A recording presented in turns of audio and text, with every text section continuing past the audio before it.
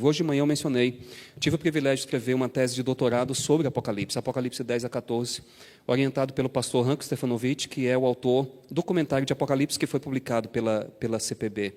Passei 2 anos da minha vida, eu mencionei hoje de manhã, estou repetindo para aqueles que não estavam, estudando Apocalipse das 8 da manhã até praticamente 10 da noite. Durante 2 anos e um pouquinho mais do que isso. Ao terminar o meu estudo, só me vem uma coisa à mente. Apocalipse é, de fato, a revelação de Jesus Cristo. Essa é a primeira frase do livro. Apocalipse começa com a frase, revelação de Jesus Cristo.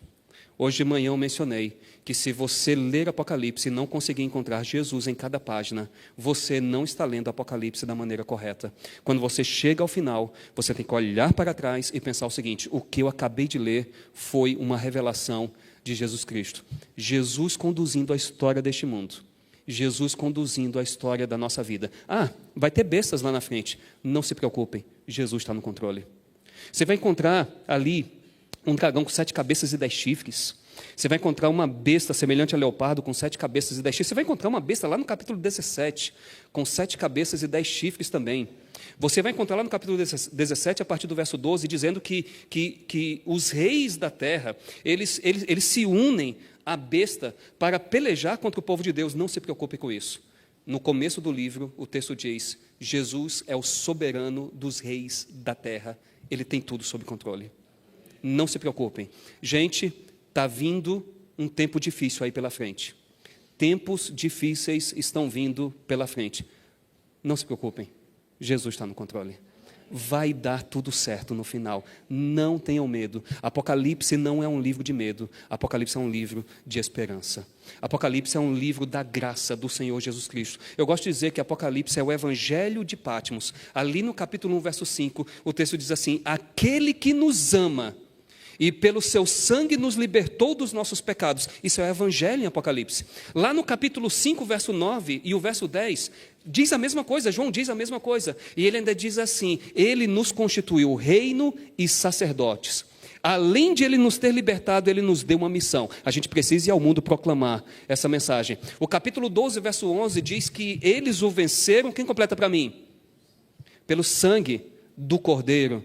Apocalipse não é um livro de bestas, Apocalipse é o livro do Cordeiro de Deus que tira o pecado do mundo. Se a gente pudesse resumir a mensagem de Apocalipse em uma frase, se eu estivesse com você num elevador, eu tenho alguns andares apenas, e você perguntasse assim para mim, vem cá, quem é você? Eu diria, sou professor de Apocalipse. Ok, resuma para mim Apocalipse em uma frase.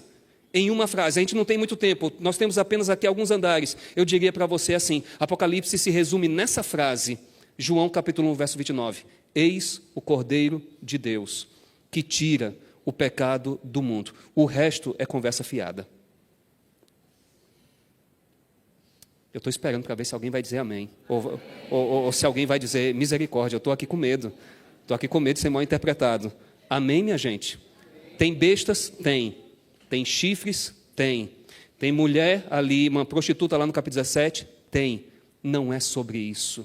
É sobre Jesus conduzindo a história deste mundo. Ele tem este mundo em suas mãos. Ele tem a sua vida nas mãos dele. E ele operando, ninguém impede. Amém? Agora eu vou falar sobre Armagedon. Falei tudo isso e agora eu vou falar sobre Armagedon. Complica as coisas, né? Mas por que eu estou introduzindo dessa forma? Eu estou introduzindo dessa forma para você entender o seguinte. Tem um conflito grande vindo pela frente? Tem. Não se preocupem. Jesus está no controle de tudo. Será que a gente pode fazer uma oração? Isso aqui foi a introdução, viu? O tempo vai começar a contar agora. O tempo vai começar a contar agora. Vamos orar como estamos? Oremos. Senhor, nosso Deus, nosso Pai, nós vamos abrir a Tua palavra neste momento. Nós não ousamos fazer isso sem primeiro pedir a unção do Espírito. Nós estamos, ó Deus, aqui em espírito e em verdade, porque nós queremos Te adorar na beleza da Tua santidade. Nós vamos abrir o texto sagrado. O terreno é santo. Nos ajude a fazer isso, ó Deus, com temor e com tremor. Nós clamamos em nome de Jesus. Amém. Amém. Apocalipse capítulo 16. Apocalipse capítulo 16. Gente, o Felipe é meu amigo, viu? O tempo dele é depois do meu. Mas o Felipe é meu amigo. Ele até se levantou, ele ficou assustado com o que eu acabei de falar, ele até se levantou. Mas, Felipe, você é meu amigo, né? Ele deu um joia assim, minha gente, tão desanimado que eu pensei assim, não, eu vou ter que terminar no tempo. Apocalipse 16, versos 12 até o 16, para a gente começar. Não feche sua Bíblia, nós vamos usar a Bíblia do começo ao fim, não feche sua Bíblia. Apocalipse 16, versos 12 a 16. Diz assim: derramou o sexto, no caso o sexto anjo, a sua taça sobre o grande rio. Qual é o rio? Eufrates. Cujas águas, o que aconteceu? Secaram, para que se preparasse o caminho dos reis, que vem do lado do nascente do sol, ou seja, eles vêm do oriente. Verso 13, então vi sair da boca do dragão, e da boca da besta, e da boca do falso profeta, 3 espíritos imundos, semelhantes a rãs, porque eles são espíritos, o que João diz? Esses espíritos semelhantes a rãs, ele apresenta no verso 13, mas ele já explica no verso 14. Eles são o quê? Espíritos de demônios. O que eles fazem? Eles operam sinais, mas eles têm um objetivo, eles se dirigem aos reis do mundo inteiro com um propósito. Qual é o propósito deles? Com o fim de ajuntá-los para a peleja do grande Deus, a peleja do grande dia, do Deus Todo-Poderoso.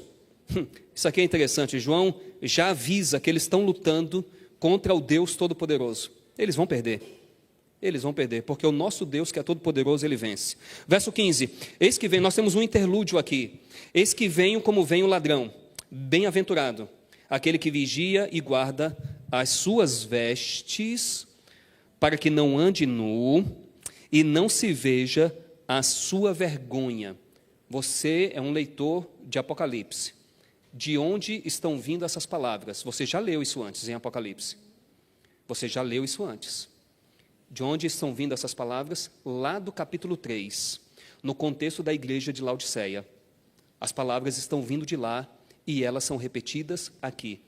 Isso aqui é uma coisa para o tempo do fim. Tá?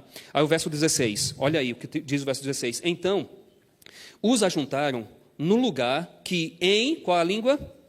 Hebraico. Eu quero entender isso, para onde é que eu vou? Eu tenho que ir lá para onde? Para o Antigo Testamento. Ok? Vou explicar isso melhor daqui a pouco. Senão, não funciona. Então, os ajuntaram no lugar que em hebraico se chama Armagedon. Gente, eu li esse texto muitas vezes na vida, inclusive na língua original. Enquanto eu estava escrevendo a minha tese, eu não li em português, eu li em grego. Tive o privilégio de aprender a ler grego bíblico. Eu li em grego o texto original, li inúmeras vezes. E esse texto parece difícil, mas eu quero dizer para você que ele não é difícil. Esse não é o único lugar em Apocalipse em que João fala do Armagedon. Ele vai falar em outros lugares. Aqui, na verdade, ele está falando sobre a preparação para o Armagedon. Mas eu preciso voltar à fita. Não, vocês não são desse tempo de fita, né? Vocês voltaram o DVD. Não, também vocês não são desse tempo. Nem eu, viu? Nem eu. A gente precisa voltar aqui um pouquinho. Hoje pela manhã, nós vimos que o livro do Apocalipse está dividido em 7 grandes blocos de visão. Lembram isso? Né? Eu gosto disso, 7 grandes blocos de visão. Aí eu penso na divisão sul-americana, mas não é disso que eu estou falando. Né? Então vamos aqui, 7 grandes blocos de visão. Primeiro bloco, quem se lembra? As igrejas, as 7 igrejas. E depois, as trombetas. E depois, a crise final. E depois, as pragas. E depois, agora eu vou fazer um desafio para vocês. Quero ver se vocês memorizam os textos bíblicos. E aí? As 7 igrejas, capítulo 1, verso 9, até o capítulo 3, verso 22. Se quiser anotar, anote. Tá? Se quiser anotar, anote. Os selos, capítulo 4, verso 1, até o capítulo 8, verso 1. Pastor, não deveria terminar no capítulo 7, no final do capítulo 7, que é o verso 17? Não, vai até o capítulo 8, verso 1, porque lembre-se que quando a Bíblia foi escrita, não havia divisão entre capítulos e versículos. Essa divisão veio depois. Essa divisão veio depois. Capítulo 4. Vamos fazer o seguinte, para ficar mais fácil. Eu não vou dar com detalhes para vocês, tá bom? Vamos fazer mais fácil. As igrejas, capítulos 1, 2 e 3. Ok? Selos, capítulos 4, 5, 6 e 7.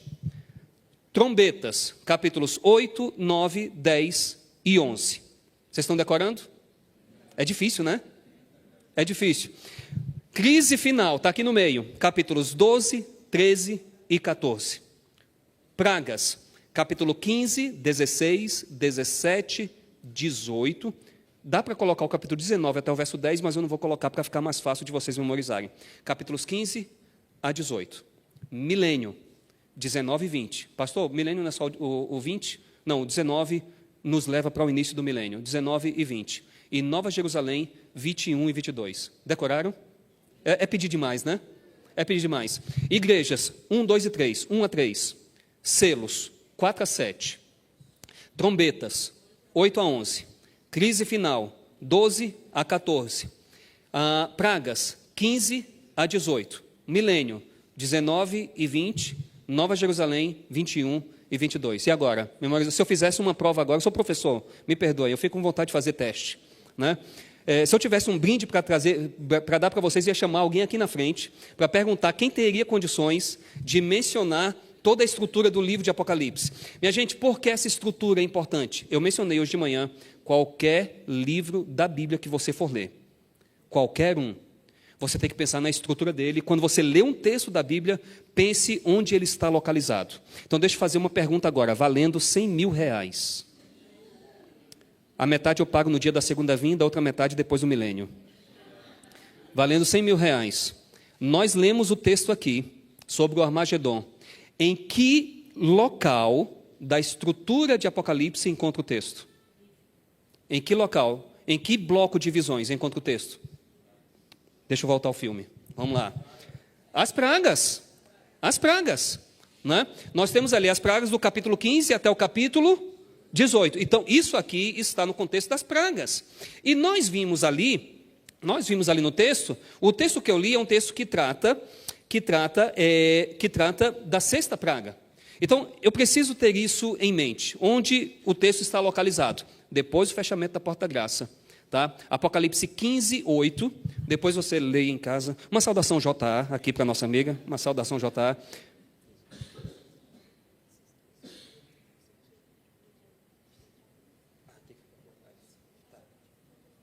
Ela está dizendo que eu tenho que ficar aqui atrás porque esse vídeo está sendo gravado.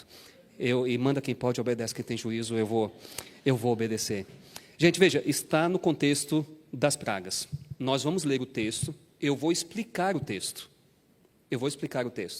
Mas antes de explicar o texto, eu preciso dizer uma coisa importante, muito importante. Você quer entender Apocalipse, use a Bíblia para entender Apocalipse. Não vá para a notícia de jornal. Vá para a notícia de jornal depois, primeiro o texto. Então, eu tenho falado com os meus alunos em sala de aula. Hoje a gente vê muita gente lendo sobre a Bíblia, mas não lendo a Bíblia.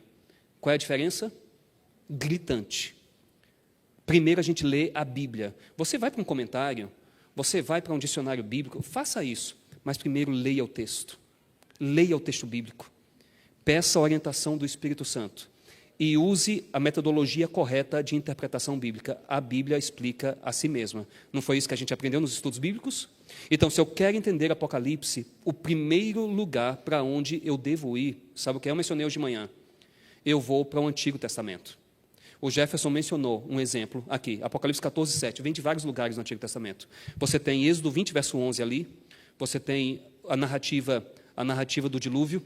Tá? Quando você pega ali, temei a Deus e dar-lhe glória, isso é um resumo do livro de Deuteronômio. Tá? A gente vai para Eclesiastes 12, 13 e 14. Mas a ideia de temer a Deus e guardar os seus mandamentos veio de Deuteronômio. E Salomão utiliza em Eclesiastes. Então, quando você lê Apocalipse, você vai para o Antigo Testamento. Como é que você faz isso? Pegue uma chave bíblica. A chave bíblica vai te ajudar. Tá?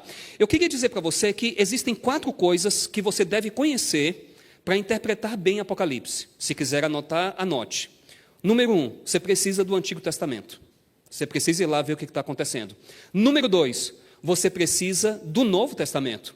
Porque em Apocalipse, todos os livros da Bíblia se encontram. Está tudo lá, é um resumão. Lembre-se, é o clímax. Como é que começa a narrativa bíblica? Com um jardim lá no Éden. Gênesis 1 e 2. Como é que a Bíblia termina? Com um jardim no Novo Éden. Apocalipse 21 e 22. Então, Apocalipse é o grande clímax. Com isso, eu preciso dizer uma coisa importante. Preste muita atenção no que eu vou dizer. Apocalipse não foi escrito para satisfazer a nossa curiosidade em relação ao futuro. Cuidado com as especulações. Fique com o que está no texto. Apocalipse não foi escrito para satisfazer a nossa curiosidade em relação ao futuro. Apocalipse foi escrito para nos dar um vislumbre do futuro, para que a gente aprenda a viver bem o presente. Você olha para o Apocalipse e pensa, esse é o futuro que me aguarda. Eu preciso viver bem o meu presente para alcançar esse futuro. Está claro isso, minha gente? Alguém diz amém? Eu gosto de amém, viu? Às vezes eu sou meio pentecostal, viu? Eu gosto de amém. Então, vamos aqui. Antigo Testamento, Novo Testamento, número 3. Você precisa conhecer a cultura em que o texto foi escrito para interpretar bem. Você precisa conhecer a cultura em que o texto foi escrito. Vou dar somente um exemplo. Vocês se lembram, em Apocalipse, um texto que se refere a Deus o Pai, chamando Deus o Pai assim, aquele que era, que é e que há de vir. Lembram disso? Quem lembra desse texto em Apocalipse? Aparece algumas vezes. Ei, vocês sabiam que os gregos diziam assim de Zeus? Zeus era, Zeus é, Zeus será. Quando a audiência grega, dentro do Império Romano, quando esse livro começou a circular por aquelas igrejas, Éfeso, Esmirna, Pérgamo, Tiatira, Sardes, Filadélfia, Laodiceia, as pessoas que tinham familiaridade com a cultura grega viram esse texto, aquele que era, que é e que há de vir, e pensaram, opa, João está querendo transmitir uma mensagem. O verdadeiro Deus não é Zeus, o verdadeiro Deus é o Deus de Israel. Geralmente alguém diz amém quando a gente fala essas coisas, geralmente, não é sempre não. Não é sempre não, mas geralmente o povo fala amém. Por onde eu passo aí, o povo fala amém, quando eu digo um negócio desse. Então, você tem que conhecer também a cultura em que o texto foi escrito. Então, vamos recapitular. Número 1, o que eu tenho que saber? Número 2, o que eu tenho que saber? Número 3, o que eu tenho que saber? A cultura em que o texto foi escrito. Ei, gente, faz 2000 anos que isso aqui foi escrito. Isso aqui não foi escrito em português. Foi escrito numa cultura totalmente diferente da nossa. Só para vocês terem uma ideia, vou dar um exemplo. Agora no Antigo Testamento. Quantos são casados aqui? A maioria, né? Vamos dizer que os maridos querem fazer um elogio bíblico à esposa. Irmãs, o que vocês acham? Não é legal um elogio bíblico? O que vocês acham? Usar o texto bíblico para fazer um elogio para você. O que você acha? E aí? Vocês se arriscam? Aí Salomão chegou para a preferida dele. Sabe o que foi que ele disse? Imagina se você chegar para a sua esposa e dizer isso que Salomão disse para dele. As éguas dos carros de Faraó, eu te comparo. E aí, funciona? Não dá, né? O que acontece se o marido fizer um negócio desse, hein? Vai dormir no sofá, vai ou não vai? Então, mas eu tenho que entender o que ele está querendo dizer. Em resumo, o que ele está querendo dizer é o seguinte: quando o Faraó saía para saudar ali, saudar os seus súditos, às vezes ele saía de seu palácio puxado por um carro que era puxado por éguas, super, hiper, mega enfeitadas, belíssimas.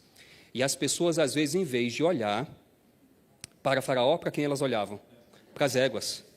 Chamava demais a atenção. Se a gente fosse dizer isso com linguagem de hoje, seria como se Salomão dissesse assim: querida, quando você passa na rua, você para o trânsito. Agora dá, não dá? É diferente. Eu tenho que entender a cultura em que o texto foi escrito. Porque uma coisa é o que o texto diz, e outra coisa é o que o texto quer dizer.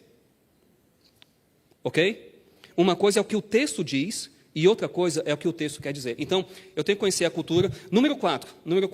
Eu preciso conhecer um pouquinho de literatura judaica. Isso aqui é um negócio mais complexo e talvez você tenha menos acesso. Quando o cânon do Antigo Testamento se fecha, nós temos um período aí de mais ou menos 4 séculos até o cânon do Novo Testamento se abrir. Durante esse período, que é um período de mais ou menos 400 anos, os judeus estão fazendo uma pergunta inquietante. Ei, será que Deus não vai cumprir a promessa que ele fez a Davi, jurando que haveria para sempre um herdeiro no trono, segundo Samuel capítulo 7. Inclusive, nós estamos estudando a lição da Escola Sabatina de Salmos. No Novo Testamento, Apocalipse é o meu livro preferido. No Antigo Testamento é o livro de Salmos. Depois de Apocalipse, Salmos é o livro da Bíblia que mais eu estudo. Salmos está dividido em 5 partes, lembram? 5 grandes seções, 5 livros, relembrando o Pentateuco. Porque o livro de Salmos foi escrito para ser instrução para Israel, por meio do cântico. Era a coletânea que era cantada no templo de Zorobabel. E sabe o que acontecia ali? Eles estavam cantando alguns cânticos. Salmo 89, verso 49, por exemplo. O salmista diz assim: Senhor, o que é feito das promessas que juraste a teu servo Davi? O que eles estão querendo saber? O Senhor não vai mandar o Messias? Então, nesse período, muita literatura é produzida para refletir sobre essa questão. E aí, o Messias não vai vir? O Messias não vai vir? O Novo Testamento se abre, Mateus capítulo 1, verso 1, mostrando que o Messias veio. Ele é o filho de Davi e ele é o filho de Abraão. Nele, todas as promessas das alianças se cumprem. Então, minha gente, eu preciso dessa literatura. Às vezes, João vai utilizar essa literatura. Relembrando, vamos lá, 4 coisas. Antigo Testamento, o que mais? Novo Testamento, cultura, em que o texto foi escrito, a cultura greco-romana, e número 4, a literatura judaica. Ok, muito bem. Agora eu quero avançar aqui um pouquinho. Gente, nós temos aqui em Apocalipse muitos símbolos, às vezes, que são complexos. Por exemplo, lá no capítulo 9, você vai encontrar uns gafanhotos, tem cabelo de mulher, rosto de gente, dente de leão, e por aí vai. É fácil interpretar um negócio desse? Não. Eu preciso buscar na cultura do profeta e no Antigo Testamento a interpretação para isso. Inclusive, não sei quantos de vocês já ouviram falar num escritor inglês chamado Chesterton. Ele escreveu, por exemplo, aquele livro Ortodoxia, que é um livro muito importante para a mentalidade religiosa ocidental. E ele disse uma coisa interessante, até anotei aqui para vocês, olha só o que ele disse. Embora João, o evangelista, tenha visto muitos monstros estranhos em sua visão, ele não viu criaturas tão selvagens quanto um de seus próprios comentaristas. Engraçado isso, né? Ou seja, o que ele está querendo dizer? Cuidado com a maneira como você interpreta o livro. Tenha muito cuidado. É muito fácil você abrir para uma linha de interpretação que não condiz com o que o texto está querendo dizer. Muito bem, vamos avançar aqui um pouquinho? Eu quero dizer para vocês o seguinte, que o texto aqui de Apocalipse 16, 12 a 16, não é o único que trata do Armagedon. Tá? Se você voltar um pouquinho para a quinta praga, volte aí comigo até o verso 10 do capítulo 16, versículo 10 do capítulo 16, está acontecendo uma coisa interessante aqui no contexto da quinta praga. Derramou o quinto anjo a sua taça sobre o trono da besta, cujo reino se tornou em quê? E os homens faziam o quê? Remordiam a língua por causa da dor que sentiam. Verso 11. E blasfemaram o Deus do céu por causa das angústias e das úlceras que sofriam e não se arrependeram de suas obras. As úlceras. Em que praga isso aconteceu? Você que é leitor de Apocalipse. Essa é a primeira praga. Então, na quinta praga, eles estão sofrendo o efeito da primeira praga. Na quinta praga, eles estão sofrendo o efeito da primeira praga. Mas tem um detalhe. A quinta praga atinge o trono da besta. O que isso significa? Significa que a besta não é imune às pragas. E se ela não é imune às pragas, tampouco pode ela proteger os seus seguidores das pragas. Com isso, o que acontece?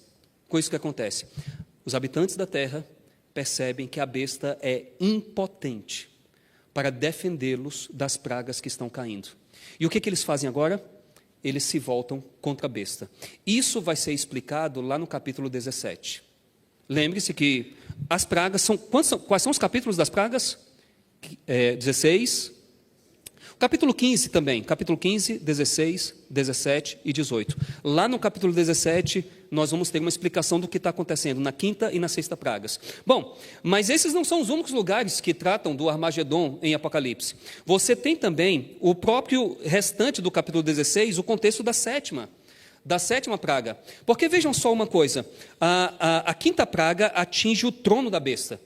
Isso significa que quando o trono da besta é atingido, alguma coisa vai acontecer. E o que acontece? Isso é explicado, nós temos um vislumbre no capítulo 16. Veja aí o verso 19. Veja o verso 19 do capítulo 16. E a grande cidade se dividiu em quantas partes? Em 3 partes. Por quê? Não precisa terminar de ler o texto. Por que em 3 partes? Porque a Babilônia, do tempo do fim, ela é formada de 3 partes. Nós vimos isso no verso 13 do capítulo 16.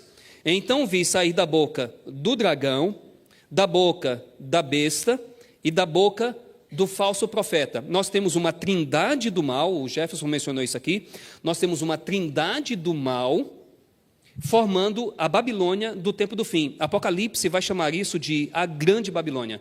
E fiquem pasmos vocês, ou não fiquem pasmos, porque isso não deveria ser uma surpresa. Sabe quantas vezes a expressão grande Babilônia aparece em Apocalipse? Sabe quantas vezes? 6 vezes. Não é coincidência, porque 6 é o número da falsidade, 6 é o número da besta. Na verdade é 666, não é? É 666, um 6 para o dragão, um 6 para a besta, um 6 para o falso profeta.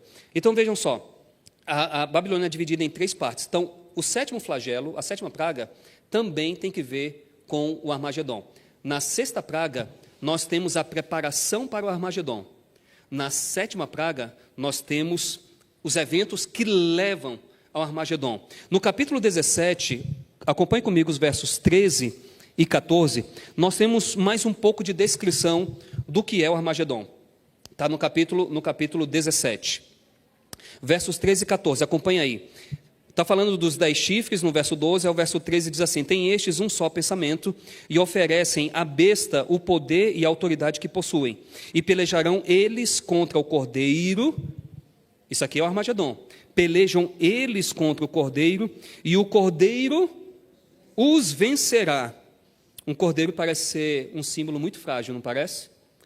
Mas o cordeiro aqui é o nosso Senhor Jesus Cristo. É o guerreiro celestial. Inclusive, no capítulo 19, ele vai ser descrito como um guerreiro celestial.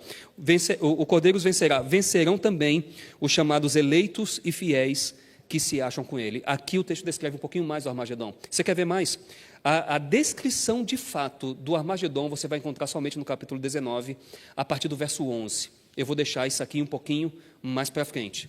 Agora são 4:30, então eu vou deixar para falar isso aqui lá por volta das 7 horas. Tá bom? Amém? Eu vou deixar para falar isso aqui lá por volta das 7 horas. Preciso voltar um pouquinho a fita. Mas vejam, existe outro texto que geralmente nós não relacionamos com o Armagedon. Tá? Existe um texto que geralmente nós não relacionamos com o Armagedon. É o texto de Apocalipse 13. O Jefferson falou um pouquinho sobre Apocalipse 13. Eu vou pedir permissão a você, Jefferson, para entrar um pouquinho no capítulo 13. Tá bom? O capítulo 13 também trata, sobretudo, a parte final. A parte final trata também um pouquinho do Armagedon. Os versos 15 a 17. E, inclusive, é o texto que ele estava mencionando, que fala sobre a marca da besta. O verso 15 diz assim: e lhe foi dado comunicar fôlego à imagem da besta. E lembrem-se que essa imagem, ela é formada quando a ferida mortal é curada. Isso está no verso 12. Ou seja, nós estamos falando realmente do finalzinho, tá? Então, essa imagem é formada quando a ferida mortal é curada. O verso 15 diz: ele foi dado comunicar fôlego à imagem da besta. Eu preciso fazer um comentário, eu sei que o tempo é muito curto, mas tem tanta coisa linda aqui. Gente, ele foi dado comunicar. Pergunta, agora valendo R$200 mil. Qual é a voz desse verbo aqui? Lhe foi dado. Qual é a voz desse verbo? É ativa? É passiva? É reflexiva? Qual é a voz desse verbo? Passiva. Eu fui professor de língua portuguesa, então eu me sinto à vontade para falar isso. Quando é que o falante usa a voz passiva? Em várias situações. Uma delas é quando ele não quer identificar o sujeito. O sujeito não é identificado. Eu digo assim, o homem foi morto. Alguém praticou a ação de matar, correto? Então ele não está identificando, mas existe um sujeito que praticou essa ação. E a pessoa que morreu, logicamente, foi a pessoa que recebeu a ação. Em Apocalipse, escute bem o que eu vou dizer. Em Apocalipse, a voz passiva é constantemente usada para se referir a Deus. Nós chamamos isso em teologia de voz passiva divina. O que isso significa? O texto é colocado na voz passiva, mas é Deus que é, em última instância, o agente. Mas preciso explicar, embora não seja. Tá? O texto coloca o verbo na voz passiva somente por uma razão. Deus é soberano sobre tudo que acontece na terra. A voz passiva divina é usada nesse sentido em Apocalipse e em outros textos do Novo Testamento. Deus é soberano. Tudo acontece porque Deus permitiu. Na mentalidade hebraica, o hebreu ele não consegue separar isso. Ou seja, se Deus permitiu, foi Deus quem fez. Converse com um judeu da nata, um judeu raiz. É desse jeito que ele pensa. Então, Deus é soberano. Se Deus permitiu, então, em última instância, foi Deus quem fez. Mas é claro que o texto não está dizendo que foi Deus quem fez. O texto está dizendo que Deus é soberano sobre tudo o que acontece na terra. Inclusive, lembre-se de uma coisa importante. Quando, uma vez, Jesus estava conversando com Pedro, Jesus disse assim para Pedro, Pedro, Satanás, alguém se lembra? Pediu para cirandar a tua alma. O diabo só vai aonde Deus permite. Se Deus diz, é só até aqui, é só até aqui. Se Deus diz, pode vir até aqui, aí Satanás só vai até ali. O livro de Jó ilustra isso. Satanás só fez o que Deus permitiu que Satanás fizesse. Chegará o tempo em que aqueles anjos mencionados no capítulo 7, que estão segurando os conflitos aqui neste mundo, eles vão afastar a sua proteção e este mundo vai ficar completamente entregue nas mãos de Satanás, para ele fazer o que ele tem vontade de fazer há muito tempo. Minha gente, este mundo, segundo Apocalipse 16, versos 13 e 14, vai se transformar num caldeirão de demônios. Esse mundo vai se transformar num caldeirão de demônios. E Satanás está preparando o cenário para isso, por meio de uma coisa que nós chamamos de espiritualismo. Tá? Hoje, no mundo cristão, quase todo mundo acredita que a pessoa morre e vai direto para o céu ou vai para o inferno. Tá? Ou seja, a maioria do mundo cristão acredita em vida logo após a morte. Eles acreditam na mesma coisa que a serpente disse para Eva, lá no Éden. Certamente não morrereis. Satanás está preparando o palco. Mas vamos voltar aqui para o capítulo 13, versos 15 a 17. Ele foi dado comunicar fôlego à imagem da besta, para que não só a imagem falasse, como ainda fizesse morrer quantos não adorassem a imagem da besta. Nós estamos falando em um período depois da cura da ferida mortal. A todos os pequenos e os grandes, os ricos e os pobres, os livres e os escravos, faz que lhes seja dada certa marca sobre onde? A mão direita ou sobre a fronte. Isso aqui lembra o emblema do sacerdote lá em Deuteronômio, tá? Santidade ao Senhor. A besta quer isso para si. Ei, não é santidade a ele, eu quero o lugar dele. A besta quer receber a atenção que somente Deus merece. E aí, vejam só, o verso 17. Para que ninguém possa comprar ou vender, é um boicote econômico, senão aquele que tem a marca, o nome da besta ou o número do seu nome. Minha gente, isso aqui está dentro do contexto da preparação para o Armagedon. Preciso falar algumas coisas sobre isso aqui. O Jefferson, louvado seja Deus, fez uma bela explicação aqui. Eu queria chamar a atenção para um detalhe. Ele já mencionou que no capítulo 13 de Apocalipse nós temos uma preocupação de João em mostrar que existe uma violação aberta aos mandamentos de Deus. Sobretudo, a primeira tábua. Os 4 primeiros mandamentos. Se você for para Ezequiel, capítulo 28, verso 14, e você ler o texto grego de Ezequiel, hoje de manhã eu mencionei que quando o Novo Testamento cita o Antigo, geralmente ele cita a partir do texto hebraico ou do texto grego? Do texto grego, maioria das vezes. Quando o texto fala lá daquela figura que aparece em Ezequiel 28, que é um tipo de Satanás, o texto diz o seguinte: achou-se iniquidade em ti, na multidão dos teus comércios. Aí depois o texto fala que achou-se violência. Essas palavras, sobretudo a palavra violência ali, é a tradução da palavra anomia. Aqueles que são da área do direito vão saber muito bem o que isso significa. Anomia significa literalmente não lei. Anomia significa não lei. Ou seja, Ezequiel 28, verso 14, está tentando mostrar que no início do conflito, na queda de Satanás, qual foi o alvo dele no início do conflito? Anomia, não lei. Ele estava combatendo contra a lei de Deus. E esse é o conflito no fim. O Jefferson mencionou sobre a questão de adoração. A palavra adoração, em Apocalipse 13 e 14, aparece 8 vezes.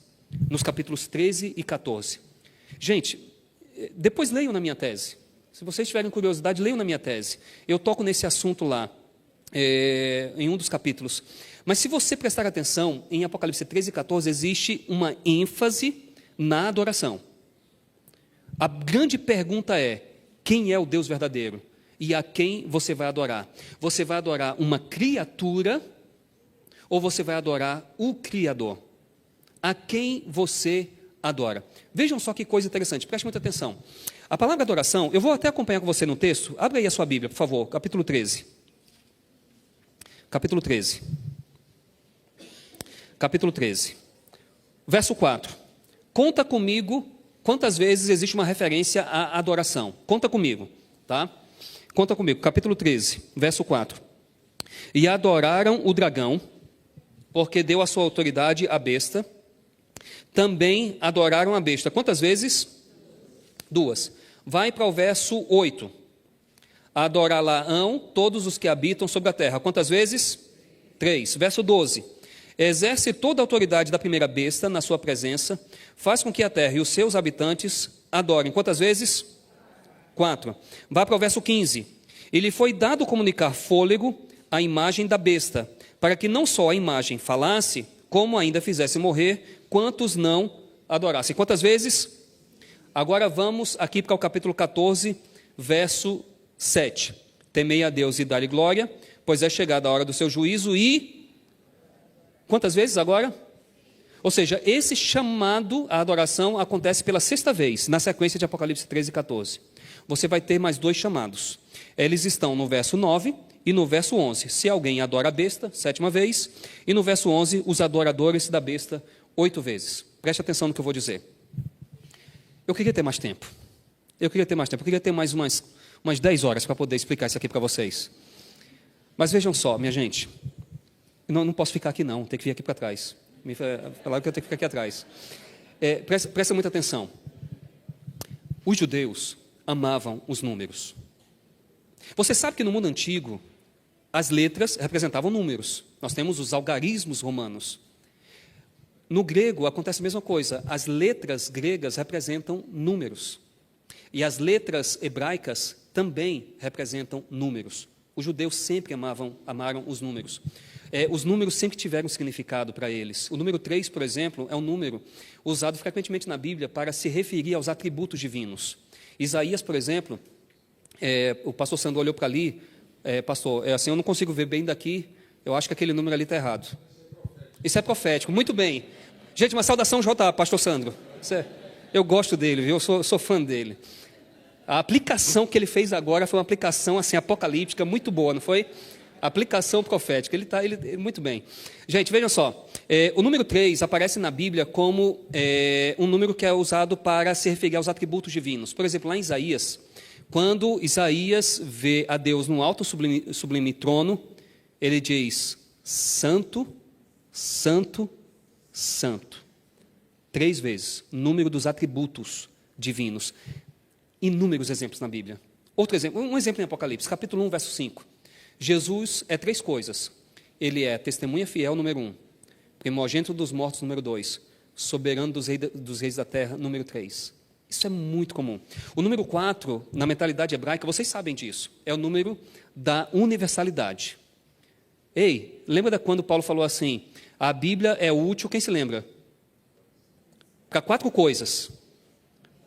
Para ensino, repreensão, correção e educação. É só para isso? Na verdade, Paulo usa 4 itens para dizer a Bíblia é útil para tudo na vida.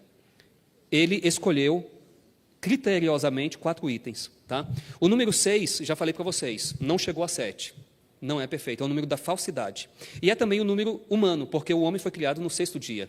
Então, é o número da humanidade. O número 7, não preciso explicar. O número 8 também já falei. O número 10 é o número que ele é usado para indicar que uma parte representa o todo. O Jefferson falou sobre a fragmentação do Império Romano. São só 10? Vá para a história. Tá, não são somente 10. Tá? Mas o 10 representa o todo. O texto se aplica, assim, à fragmentação do Império Romano. Tá? Você vai para Apocalipse 17, verso 12. Os chifres, que depois são mencionados como os reis da terra. 10, só tem 10 poderosas nações ou reinos aqui neste mundo.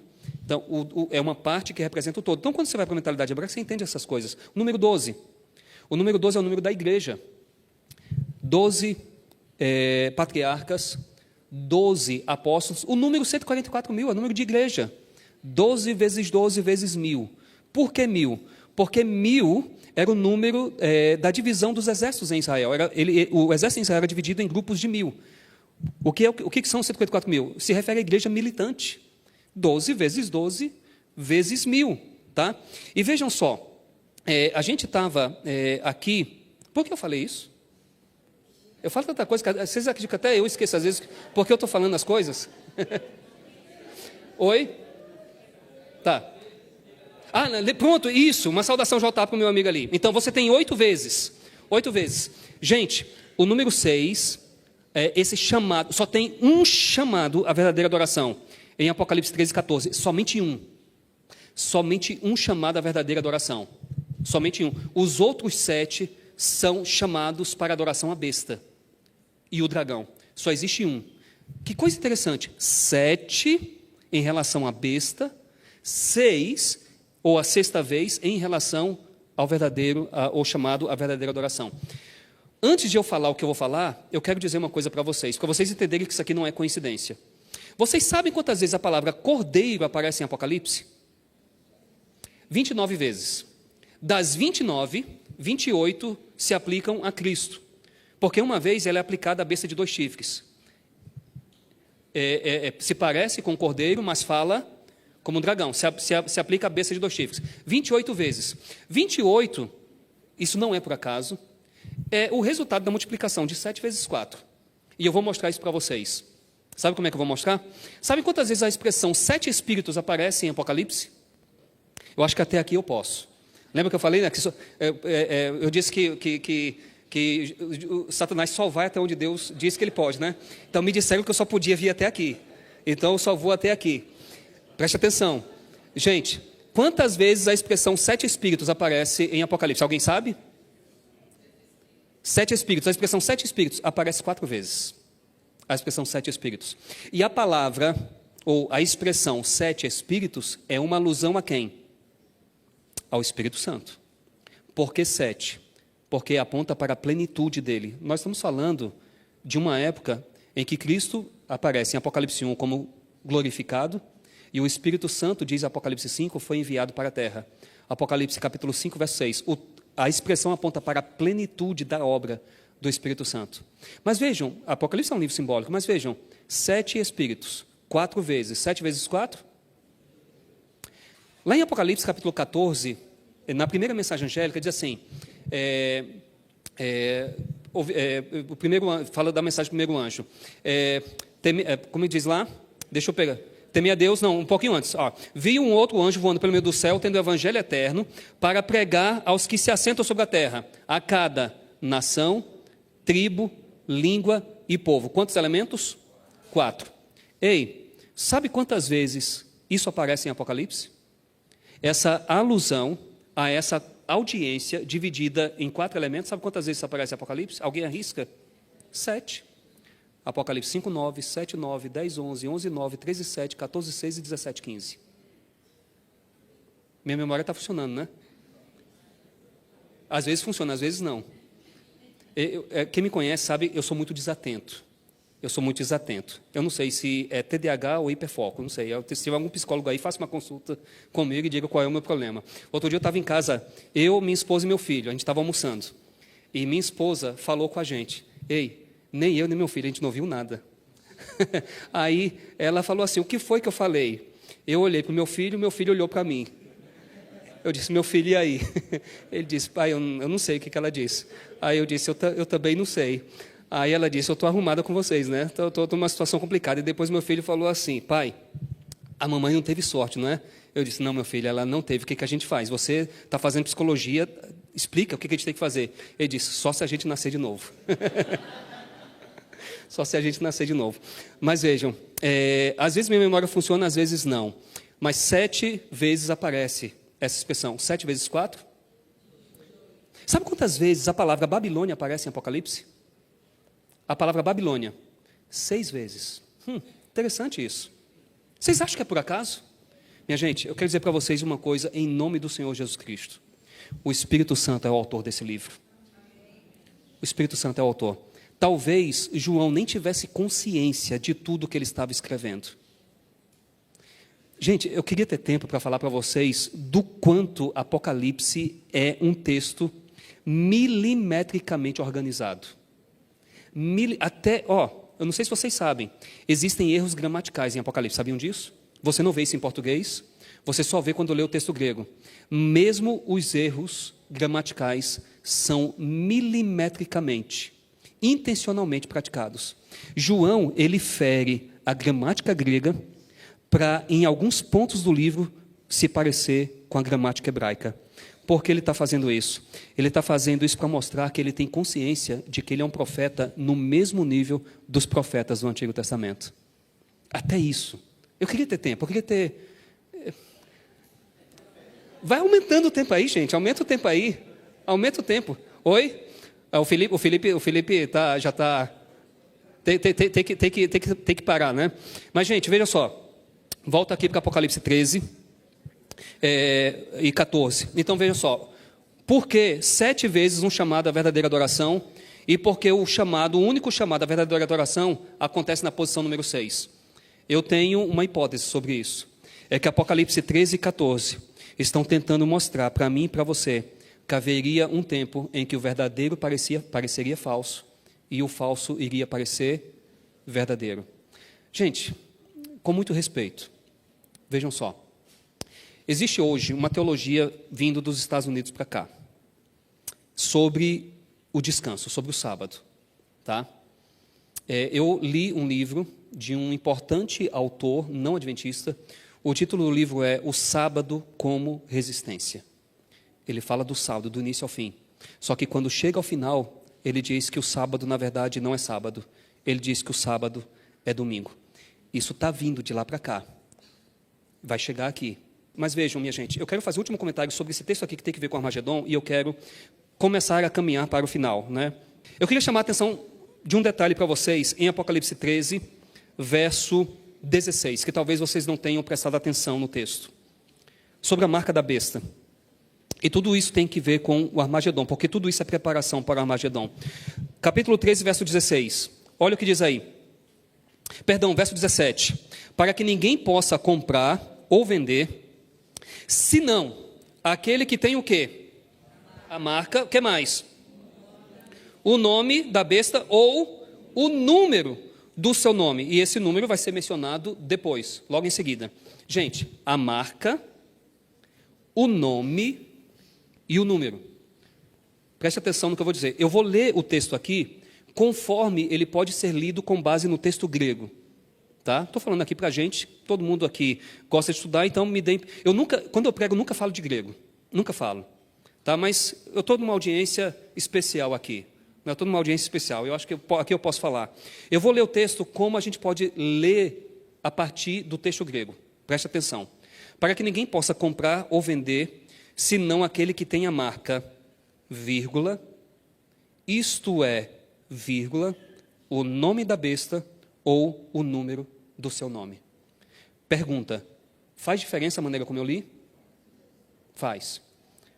O que isso significa? Isso significa que o nome e o número são explicações para a marca. Gente, vocês não vão ao estádio de futebol, mas no estádio de futebol, quando os times estão jogando, você só tem uma câmera? Você tem várias câmeras. Quantas são? Alguém disse lá atrás. São 4? São várias câmeras. Tá? Por quê? São quantas? Acima de 16? São várias câmeras. Por quê? Porque o objetivo é mostrar o mesmo evento a partir de ângulos diferentes. Para ajudar a pessoa que está assistindo a entender o que está acontecendo, ter um vislumbre maior do que está acontecendo. Apocalipse faz isso frequentemente. Ele nos dá, às vezes, várias câmeras. Quer ver um exemplo? Apocalipse 5, versos 5 e 6. Em Apocalipse 5, 5, Jesus é chamado de leão. No verso 6, ele é chamado de cordeiro. Então, Jesus é leão ou Jesus é cordeiro? As duas coisas. Porque os termos é como se fossem câmeras diferentes, para nos darem perspectivas diferentes do que está acontecendo. Vocês estão entendendo isso? Isso acontece direto em Apocalipse. Não somente em Apocalipse, na Bíblia toda, mas em textos proféticos isso é muito comum. Então vejam só, você tem a marca, mas a marca também é o nome. Vocês entenderam isso? A marca também é o nome. E por que é importante eu saber que a marca também é o nome? Por uma razão simples. Eu falei que quando a gente estuda o texto, para onde a gente tem que ir? Para o Antigo Testamento. Para a cultura em que o profeta está inserido. Quando Moisés pediu para ver a Deus, Senhor, eu quero ver tua glória. Aí Deus disse assim, olha, eu vou fazer com que minha bondade passe diante de você. Quando Deus passa por Moisés, de costas, aí ele diz que vai proclamar o nome dele. Diz lá, Êxodo capítulo 34, vai proclamar o nome dele. E o que aparece lá em Êxodo 34, verso 6, gente, eu cito um monte de texto, eu não estou aqui com a apresentação para vocês, mas anotem esses textos. Então, quando Deus apresenta o nome dele, sabe qual é o nome que Deus apresenta? Deus misericordioso, compassivo, tardio em irar-se, grande em amor e que se arrepende do mal. É o caráter de Deus. O nome de Deus, para a mentalidade hebraica, é o caráter dele. Apocalipse 14, versos 1 a 5. Quais são uma das características dos 144.000? Eles têm o nome de Deus onde? O que isso significa? O caráter de Deus se reproduziu neles. Quem entendeu, diga amém. Amém. Então, o que acontece? Veja, a marca da besta é uma falsificação de que mesmo? Do selo de Deus. A marca da besta é uma falsificação do selo de Deus. Quando Deus está selando o seu povo, o que Deus está fazendo? Está imprimindo o caráter dele na vida de seu povo. Pois a besta quer fazer a mesma coisa. Ela quer que o caráter dela seja impresso na vida de seus seguidores. E qual é o caráter da besta? É um caráter de rebelião contra a lei de Deus. Isso tem que ver com adoração, isso tem que ver com rejeição da lei de Deus e, em última instância, o teste de lealdade que o Jefferson bem mencionou. O capítulo 14, verso 7 de Apocalipse, é um dos 2 textos em Apocalipse com uma clara alusão a Êxodo 20, verso 11. Apocalipse 14, 7, Apocalipse 10, 6. Anote os textos. Eu não tenho tempo para explicar todos eles, mas anote para você ler em casa. Nesses 2 textos, você vê uma clara alusão ao 4º mandamento. Por quê?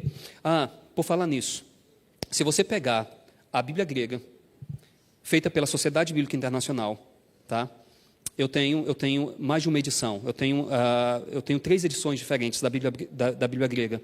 Se você pegar uma das edições, tá, você vai observar em Apocalipse 14:7. Você não precisa saber ler grego. Você vai para Apocalipse 14:7 e vá para uma notinha que vai ter lá embaixo, mostrando que o texto, o que significa, minha gente? Irmã, significa o que eu estou pensando? Significa o que eu estou pensando? Já vai começar, Senhor da glória. Então eu tenho que terminar mesmo. Mas, gente, vejam só. Existe ali uma nota marginal apontando para o 4º mandamento. Os editores da Bíblia grega, é a Bíblia que é utilizada para fazer as versões em todas as línguas do mundo.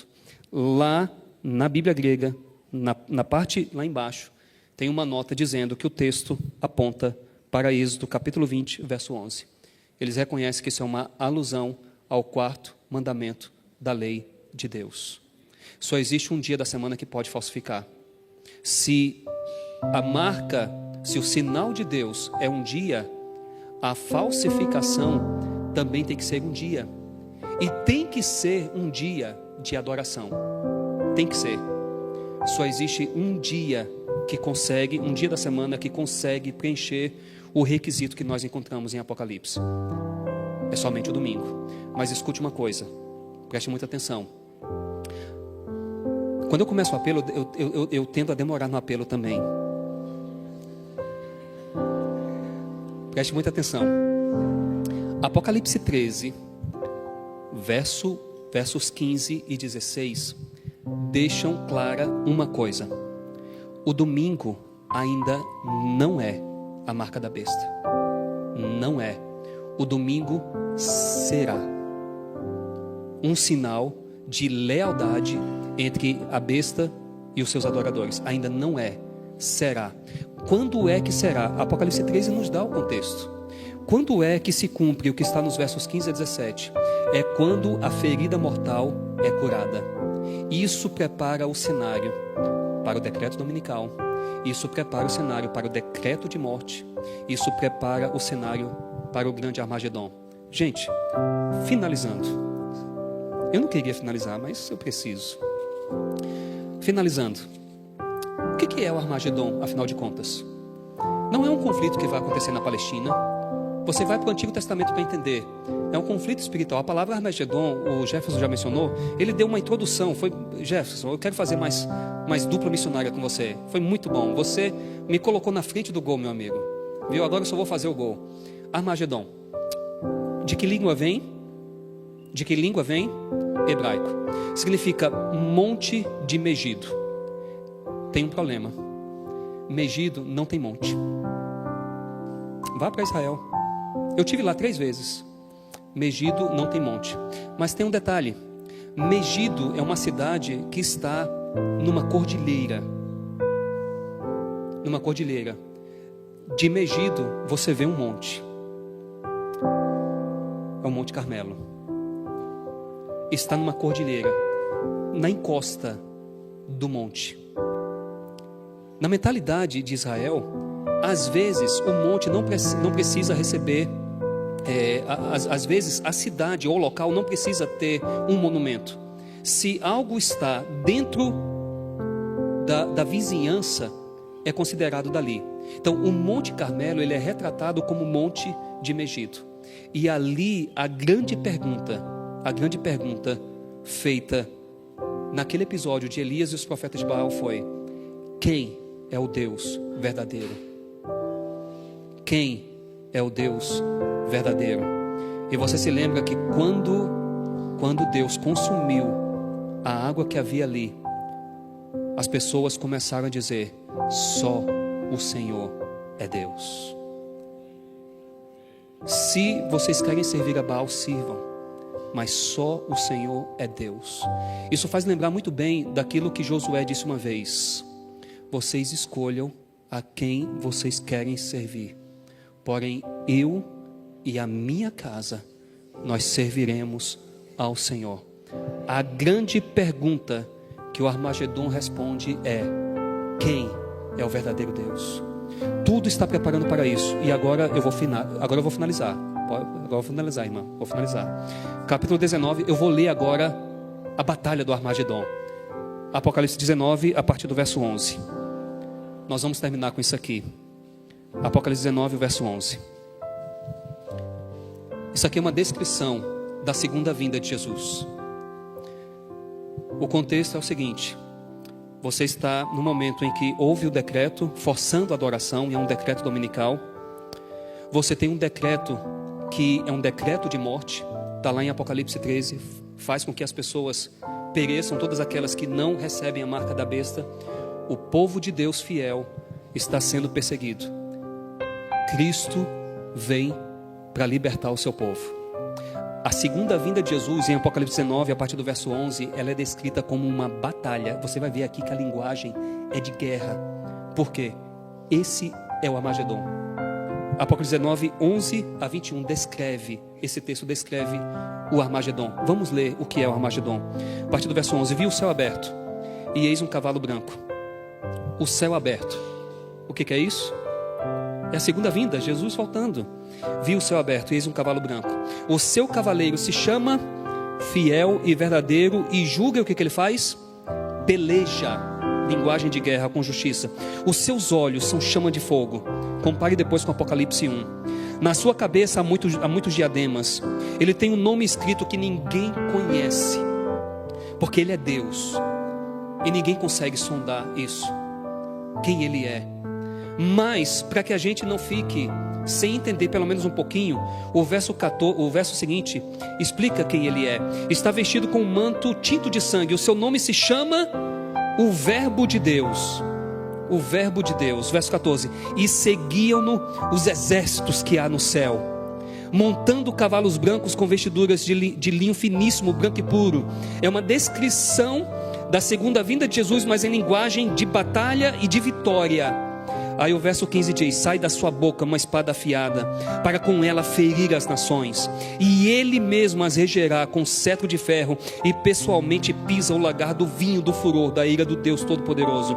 Lembre-se que essa é a mesma palavra que aparece lá em Apocalipse 16, quando fala que eles estão reunindo para a peleja contra o Deus Todo-Poderoso. Diz a mesma coisa aqui. Aí o texto continua no verso 16: tem no seu manto e na sua coxa um nome inscrito: Rei dos Reis e Senhor dos Senhores. Então vi um anjo posto em pé no sol e clamou com grande voz, falando a todas as aves que voam pelo meio do céu: vinde reuni-vos para a grande ceia de Deus, para que comais carnes de reis, carnes de comandantes, carnes de poderosos, carnes de cavalos e seus cavaleiros, carnes de todos, quer livres, quer escravos, tanto pequenos como grandes. A linguagem é simbólica para mostrar o seguinte: se você não quer participar da ceia, das bodas do Cordeiro, existe outra ceia preparada para você. Essa não é uma boa ceia. Só existem dois caminhos: ou você participa da ceia das bodas do Cordeiro, ou você participa dessa ceia aqui, a ceia das aves. Não é coisa boa. É melhor participar da ceia das bodas do Cordeiro. Verso 19: e vi a besta e os reis da terra com os seus exércitos. Linguagem de guerra, é a peleja. Então existe aqui o exército de Cristo e o exército da besta. Não sei se vocês já assistiram um filme de guerra. A descrição aqui é como se os exércitos estivessem vindo assim para se encontrar. Mas nessa batalha, Jesus vence. E vencem todos aqueles que se encontram com Ele. Aí diz o verso 20: mas a besta foi aprisionada, e com ela o falso profeta, que com os sinais feitos diante dela, seduziu aqueles que receberam a marca da besta, e eram os adoradores da sua imagem. Os dois foram lançados vivos dentro do lago de fogo, que arde com enxofre. Não tenho tempo para explicar. Os dois aliados do dragão são destruídos aqui. Por isso que menciona o lago de fogo e enxofre. O dragão em si, ele vai ser destruído num lago que é mencionado no capítulo 20. Verso 21: os restantes foram mortos com a espada que saía da boca daquele que estava montado no cavalo, e todas as aves se fartaram das suas carnes. Mas agora, para finalizar, 17:14. Eu quero ler esse texto de novo e a gente vai finalizar aqui e fazer uma oração. 17:14. Pelejarão eles contra o Cordeiro. É a mesma cena, a partir de outro ângulo.